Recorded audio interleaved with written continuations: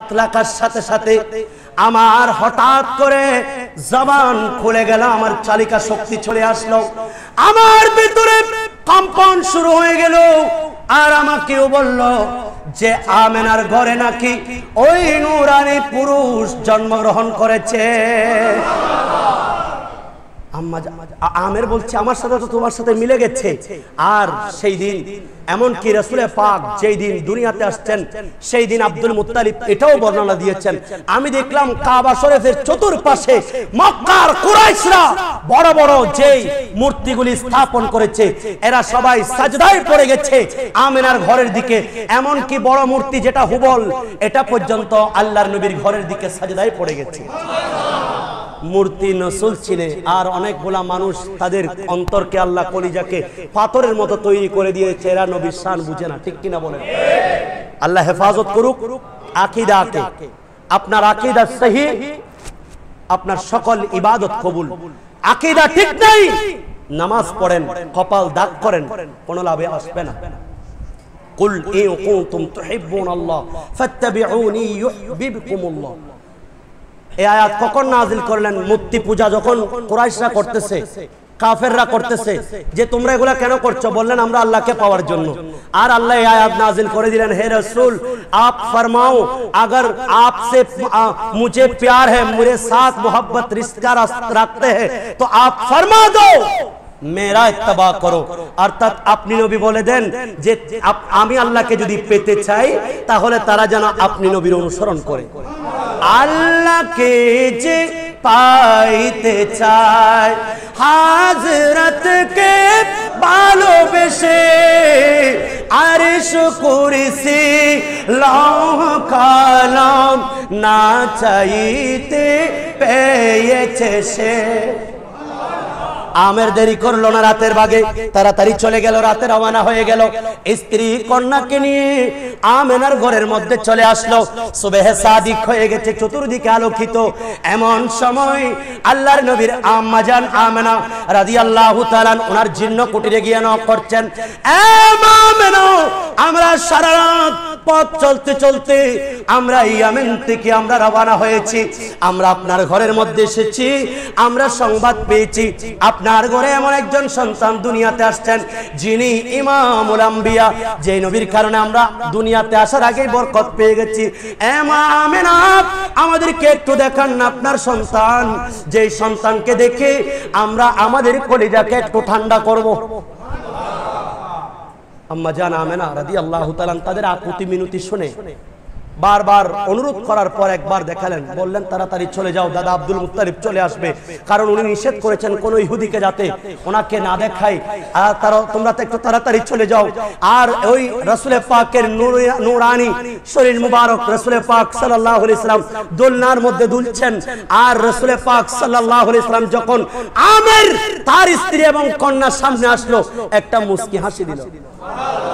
আর একটু বড় করে বলেন। হযরতে আব্বাস রাদিয়াল্লাহু তাআলা বলছেন, হুজুর আমি কেন ইসলাম কবুল করেছি জানেন? আমি দেখেছি আপনাকে যখন আম্মা জান আমেনা আপনাকে দোলনায় রেখে যখন চলে যেতেন কাজ করার জন্য, এমন সময় আমি দেখতাম দোলনাও অটোমেটিক দুলতেছে, আপনি যেদিকে যাচ্ছেন সেদিকে চাঁদও দুলতেছে। চাঁদ ঝুক जाता जिधर अंगुली उठाता महाद में, सुभानअल्लाह। चांद झुक जाता जिधर अंगुली उठाता महद में, क्या ये चलता ता इशारा पर खेलो ना नूर का। আমি সেই দৃশ্যটা দেখে ইসলাম কবুল করে ফেলেছি। যার সাথে চন্দ্র কথা বলতে পারে তিনি সাধারণ মানুষ নয়, অসাধারণ। আমের বাইর হলো কিন্তু মন মানে না, কেমন দেখেছি আওলাদ রাসূলকে যারা একবার দেখেছেন তাদের মন কেমন করে বারবার চাইতে ইচ্ছে করে। আর সেই দিন রাসূলুল্লাহকে যারা দেখেছিল এই মুস্কি হাসি বলতে পারে না, মা আমেনা আরেকবার খুলো না, আল্লাহর কসম এইবার চলে যাব, আরেকবার দেখাও না তোমার চেহারা, তোমার সেই সন্তান, তোমার সেই সন্তানের চেহারা মোবারক আমাদেরকে আরেকটু দেখাও না, না হলে ইয়ামেনে গিয়ে আমরা থাকতে পারবো না। আমেনা তাদের রিকোয়েস্ট শুনে, বারবার অনুরোধ শুনে আবারও দেখালো। এই দেখার মধ্যে আমের আর থাকতে পারে নাই, সেখানে হৃৎপিণ্ড বন্ধ হয়ে নবীর ইশকে শহীদ হয়ে গেল। সাহাবায়ে কেরাম এই জন্য কি দেখেছেন? আজকে যারা বলছেন আপনাকে রাসূল আমার মতো মানুষ, রাসূলকে দেখে সেদিন সাহাবায়ে কেরাম আপন শত্রুদের সামনে নিজের গর্দান দিয়ে দিয়েছে। সুবহানাল্লাহ বলেন। আর এই আমের রাদিয়াল্লাহু তাআলা এটা ইসলামও কবুল করলেন, ওই হাসির মধ্যে কালিমা শরীফ পড়ে ফেললেন। এমন কি পরবর্তীতে উনি ঈমানের উপর ইন্তেকাল করেছেন নবী আগমনের সেদিন। কেমন চেহারা! আল্লাহর নবী বলেন, উম্মত যখন রাসূল পাক মদিনায়ে মুনাওয়ারায় গেলেন, হযরত আল্লাহর নবীর একজন সাহাবী হযরত সালাম, আব্দুল্লাহ ইবনে সালাম, উনি বলছেন সবাই যেহেতু মদিনায় গেলেন, আমিও দৌড়ে গেলাম রাসূলকে দেখতে। চতুর্দিকে মদিনার মানুষ, এরা সবাই নবীজিকে দেখতে আসলেন, আমিও দৌড়ে গেলাম। ফালাম্মা রাআইতু ওয়াজহাহু, আমি যখন ওনার চেহারা মোবারক দেখলাম, আমি আব্দুল্লাহ ইবনে সালাম তখন ইসলাম কবুল করি নাই। আর যখন ফারাআইতু, আমি যখন তার চেহারা দেখলাম, আমি নির্দ্বিধায় বলে দিলাম, ফালাম্মা রাআইতু ওয়াজহাহু লাইসা বিওয়াজহিল কাযাব, এই চেহারার মানুষ যা কিছু বলছে সব বলছে আমি আল্লাহর রাসূল বলছে, এটা নির্দ্বিধায় সত্য। কারণ এই চেহারার মানুষ কখনো মিথ্যা কথা বলতে পারে না। আচ্ছা, সেই নবীর উম্মত হয়ে আমরা যদি মিথ্যা কথা বলি, নবী খুশি হবেন নাকি নারাজ হবেন? নবীর আদর্শ হচ্ছে মিথ্যাকে ছেড়ে দেওয়া। এই মিথ্যা সকল পাপের মূল। এই মিথ্যা আপনি যদি ছেড়ে দিতে পারেন, সব অন্যায় কাজ আমাদের কাছ থেকে চলে যাবে। একটা বার আল্লাহর ঘরে সাক্ষী রেখে বলেন, আল্লাহ না পারতে কখনো আমরা মিথ্যা কথা বলবো না। একটু পারবেন সবাই? আল্লাহ কবুল করুক, আমিন বলেন। বললেন, আমি এই দৃশ্যটা দেখে এই চেহারার মানুষ যা বলছে সবকিছু সত্য। আর উনি আদর্শের কথা বলছেন। উনি যখন মদিনায় এসে সর্বপ্রথম আমাদেরকে আদর্শ শিক্ষা দিচ্ছেন, আফসুস সালামা, তোমরা একজন আরেকজনকে সালাম দাও। ওয়া আতইমুত তুআমা, নবী গো আইয়ু ইসলামে আফদালুন, ইসলামের মধ্যে কোন জিনিসটা সবচেয়ে উত্তম? আল্লাহর নবী বলছেন, তুতিউমুত তুআমা ওয়া তুকরিউস সালামা, একজন আরেকজনকে সালাম দেওয়া, একজন আরেকজনকে খাবার খাওয়ানো। রাসূল পাকের কেমন চেহারা ছিল! চেহারা দেখে দেখে মক্কার কাফের কুরাইশা, অর্থাৎ রাসূল পাককে যদি কোনো মুজিজা নাও দিতেন, সেই দিন আল্লাহর নবীর চেহারা দেখে দেখে এরা ইসলাম কবুল করত। वद्दुहा का चेहरा है, ताहा का चेहरा है, वद्दुहा का चेहरा है, ताहा का चेहरा है, उनको तो खुदा ने उनकी अपने मर्जी से बनाया है। सलात सुनिया।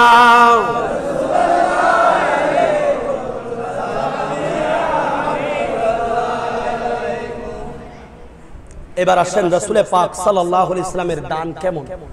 রাসূল পাকের জন্য যে আজকে এখানে আরামের ঘুমকে হারাম করছেন, সেই নবী বলছেন, উতিতু মাফাতিহাস সামাওয়াতি ওয়াল আরদ, উতিতু খাজাইনাস সামাওয়াতি ওয়াল আরদ।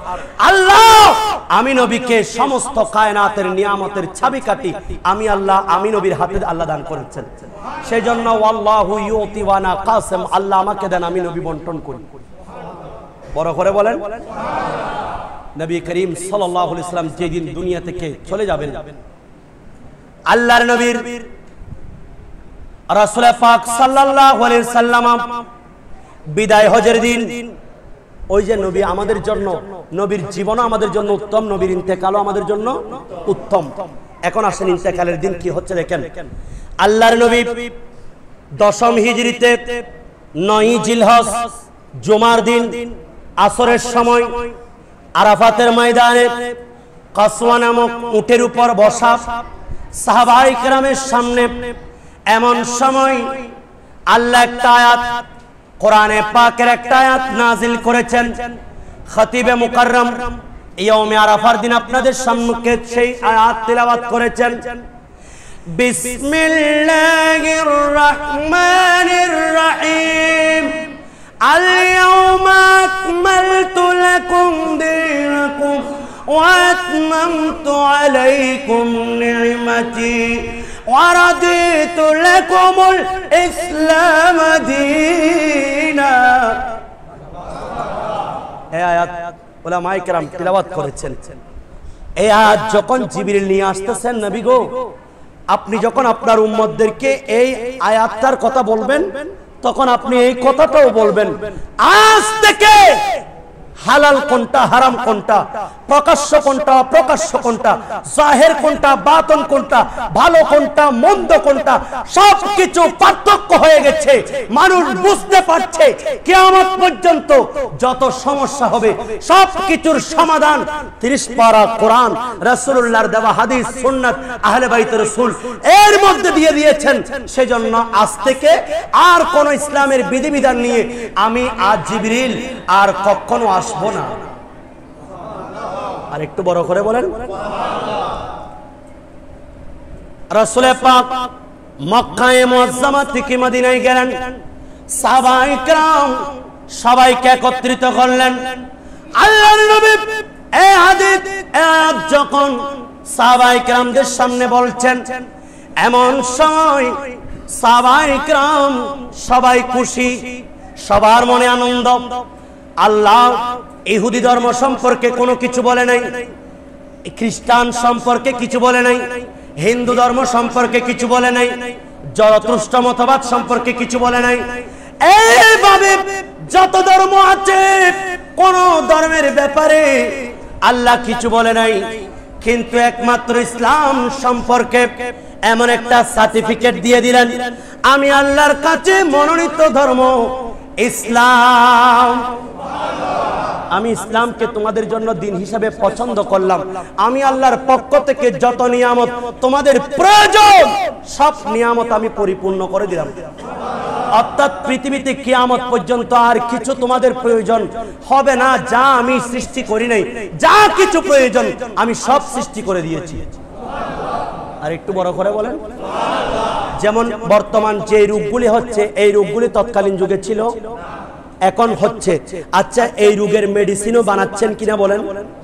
এই রোগের ওষুধের মাধ্যমে অসুখ চলে যাচ্ছে। এই হচ্ছে আল্লাহর নিয়ামত।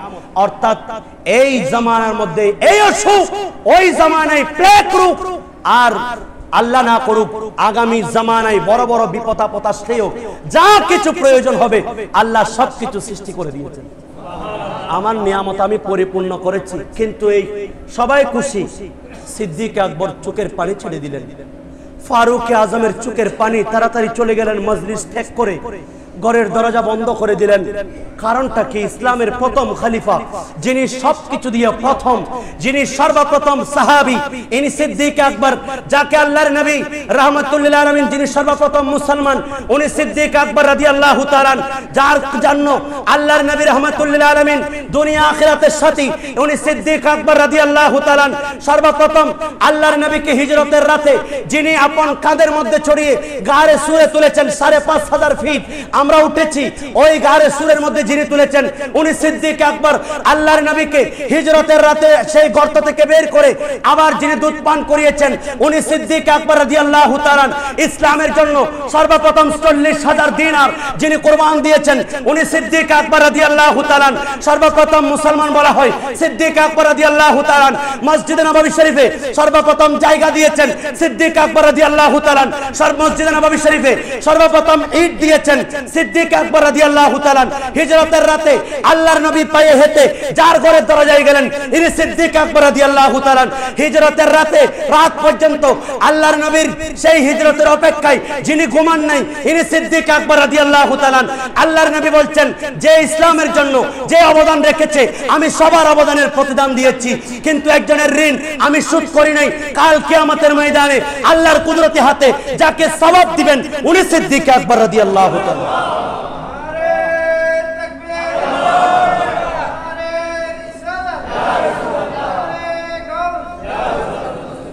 আল্লাহর 30 পারা কোরআন যার ব্যাপারে বলছে রাদিয়াল্লাহু আনহুম ওয়া রাদু আন, আল্লাহর 30 পারা কোরআন যার ব্যাপারে বলছে আল্লাযীনা ইউনফিকুনা আমওয়ালাহুম বিল-লাইলি ওয়ান-নাহার সিররান ওয়া আলানিয়া ওয়া সাইয়ুজান্নাবুহাল আতকা।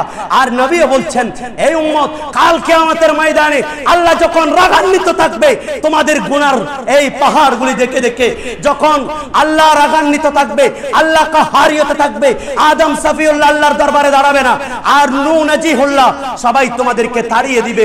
সেই দিন সবাই বলবে ইযহাব ইলা গায়রি, আরেকজনের কাছে যাও। আর সেই দিন আমি নবী আল্লাহর কাছে ফরিয়াদ করব আনা লাহা, উম্মত আজকে আমি নবী তোমাদের জন্য।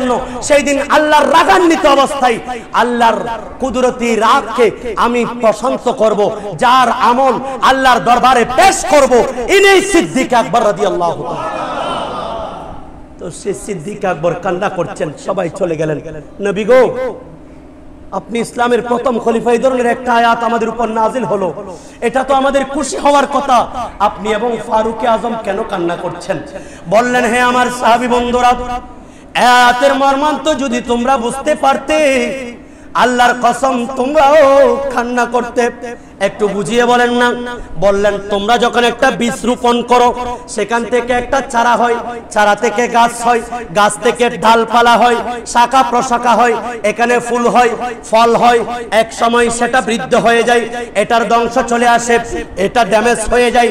আর আল্লাহর মাহবুব নবী যেই দিনের সংবাদ আমাদেরকে দিয়েছে, এই দিন আল্লাহর পক্ষ থেকে যতগুলি নিয়ামতের প্রতিশ্রুতি আল্লাহর নবী আমাদেরকে দিয়েছেন, আল্লাহ যেহেতু সবকিছু নাজিল করে দিয়েছেন, আল্লাহর নিয়ামত পরিপূর্ণ করে দিলেন, ইসলাম সম্পর্কে সার্টিফাই করলেন, এর উদ্দেশ্য হচ্ছে আল্লাহর নবী আমাদের কাছ থেকে বিদায় নেবেন। হাই হাই হাই হাই, এটা তো আমরা বুঝতে পারি নাই।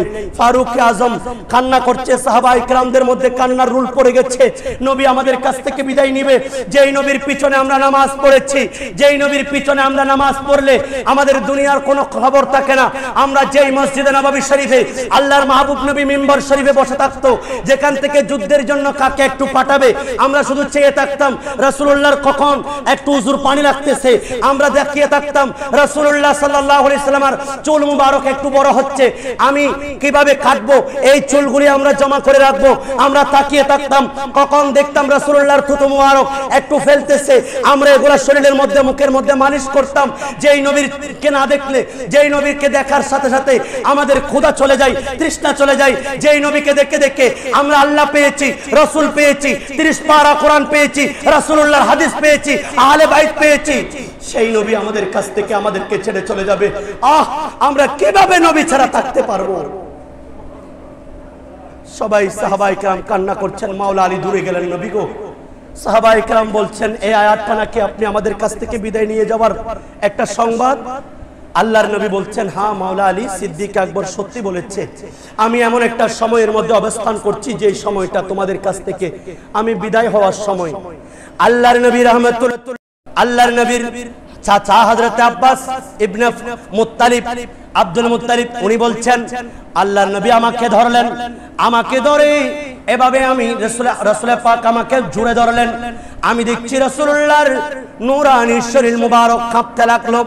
আমি আস্তে আস্তে ধরে নিয়ে মসজিদে নববী শরীফে গেলাম, মিম্বর শরীফে আরোহণ করলেন। আল্লাহর নবী বলেন এ আমার সাহাবীরা, এই ফজল বিন আব্বাস সবাইকে একটু ডাকো। হযরতে ফজল বিন আব্বাস উনি ডাক দিলেন আসসালাতুল জামিআতু, সুবহানাল্লাহ বলেন, সবাই একত্রিত হয়ে যাও। এই সংবাদ শুনে মদিনার অলিতে গলিতে সবাই ছুটে আসলো, কি জানি নবী কেন ডেকেছে, তাড়াতাড়ি দূরে যাচ্ছেন। সিদ্দিক আকবর নিচের দিকে তাকিয়ে আছেন, ফারুক আজম নিচের দিকে তাকিয়ে তাকিয়ে চোখের পানি ফেলছেন। এই নবীকে আমরা হারাবো, এই নবী আমাদের কাছ থেকে বিদায় নিয়ে যাবে।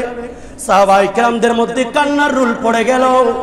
আল্লাহর নবী রাহমাতুল লিল আলামিন এমন সময় চতুর্দিকে মহিলারা পর্যন্ত দাঁড়িয়ে আছে, নবী কি বলছে শেষবারের মতো সাহাবায়ে কেরাম শুনতে লাগলেন। আর ওইদিকে আল্লাহর নবী নূরানি ঠোঁট মুবারক খুলে এবার বলছেন, আল্লাহর নবী রাহমাতুল লিল আলামিন বলছেন ইন কুনতু জালাতুহু জাহারান ফাহাদা জাহারি ফালিয়াস্তাকিত মিনহু। আল্লাহর নবী বলেন, এই আমার সাহাবায়ে কেরাম, আমি এমন একটা সময়ের মধ্যে তোমাদের সাথে সাক্ষাৎ করছি, যে সময়টা তোমাদের কাছ থেকে আমি বিদায় নেওয়ার সময়, আমি নবী তোমাদেরকে এই দীর্ঘ 63 বছর আমি যেগুলি তোমাদের সাথে ছিলাম, আমি যদি তোমাদের কারো উপরে কোনো একটি অন্যায়ভাবে চাবুক মারি, আজকে আমি নবীর পিঠ তোমাদেরকে দিয়ে দিলাম। আমি নবীর পিঠ তোমাদের সামনে উপস্থিত, তোমরা